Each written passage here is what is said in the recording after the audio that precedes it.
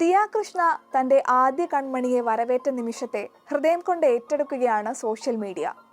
മരുന്ന് മണവും വേദനകളും മാത്രം ബാക്കിയാകുന്ന ലേബർ റൂമിൽ മകൾക്ക് കൂട്ടിരിക്കുന്ന ഒരു കുടുംബം.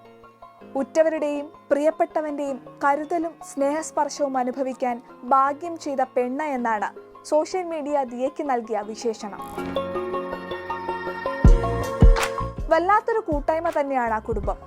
29 വർഷത്തിനു ശേഷം പെൺകുടുംബത്തിലേക്ക് വന്ന ആൺകുഞ്ഞ്. പേര് നിയോം അശ്വിൻ കൃഷ്ണ.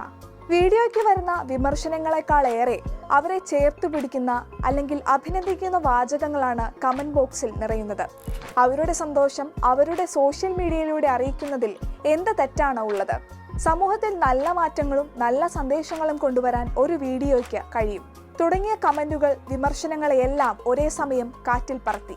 ചില സിനിമകളുടെ ടീസറുകൾ പോലും മില്യൺ വ്യൂസ് കടക്കാത്തപ്പോഴാണ് വെറും 51 മിനിറ്റ് മാത്രം ദൈർഘ്യമുള്ള ദിയ കൃഷ്ണയുടെ ഡെലിവറി വ്ലോഗ് ഒരു ദിവസത്തിനകം 6.5 മില്യൺ ആളുകൾ കണ്ടത്. 2 പാർട്ടായിട്ടായിരുന്നു ദിയയുടെ ഡെലിവറി വീഡിയോ. വീഡിയോയ്ക്കൊപ്പം തന്നെ ശ്രദ്ധിക്കേണ്ട ഒരു കാര്യം കൂടിയുണ്ട്. അത് വേറെയൊന്നുമല്ല, ദിയയുടെ പ്രസവമുറി തന്നെ. അതിൽ ഏറ്റവും അത്ഭുതപ്പെടുത്തുന്നത് മലയാളികളുടെ ചിന്താഗതിയിലുണ്ടായ പുരോഗതികളെയാണ്. ഏകദേശം 12 വർഷത്തിനു മുൻപ്, കൃത്യം പറഞ്ഞാൽ 2013-ൽ ബ്ലസി സംവിധാനം ചെയ്ത കളിമണ്ണ എന്ന ചിത്രത്തിൽ ശ്വേതാ മേനോൻ തന്റെ പ്രസവരംഗം ചിത്രീകരിച്ചപ്പോൾ ചീത്ത പറഞ്ഞ, സ്ത്രീകളുടെ പ്രസവം എന്ന് പറയുന്നത് ന്യൂഡിറ്റിയാണെന്ന് പറഞ്ഞ മലയാളികൾ. അവരിൽ ഭൂരിഭാഗവും ഇപ്പോൾ വർഷങ്ങൾക്ക് ശേഷം മറ്റൊരു ഡെലിവറി വീഡിയോയെ സ്വാഗതം ചെയ്യുകയാണ്.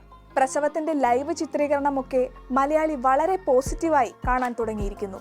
പ്രസവമുറിയിലേക്ക് പോകുന്ന സ്ത്രീകളെ നോക്കി നഖം കടിച്ചു നിൽക്കുന്നതോടെ ഉത്തരവാദിത്തം അവസാനിക്കുന്ന ഭർത്താക്കന്മാരുടെ കാലം കഴിഞ്ഞു. കാണിക്കാൻ പാടില്ലാത്തതൊന്നും ആ വീഡിയോയിലില്ല. ചൊറിയുന്നവർ ചൊറിഞ്ഞോണ്ടേയിരിക്കട്ടെ, പറയേണ്ടവർ പറയട്ടെ എന്നുകൂടി പറഞ്ഞു വെക്കുന്ന ഈ വീഡിയോ ഇനിയും ഒരുപാട് പെൺകുട്ടികൾക്ക് ആശ്വാസത്തോടെ ആ വേദന അറിയാൻ കാരണമാകുമെന്ന കാര്യം തീർച്ചയാണ്.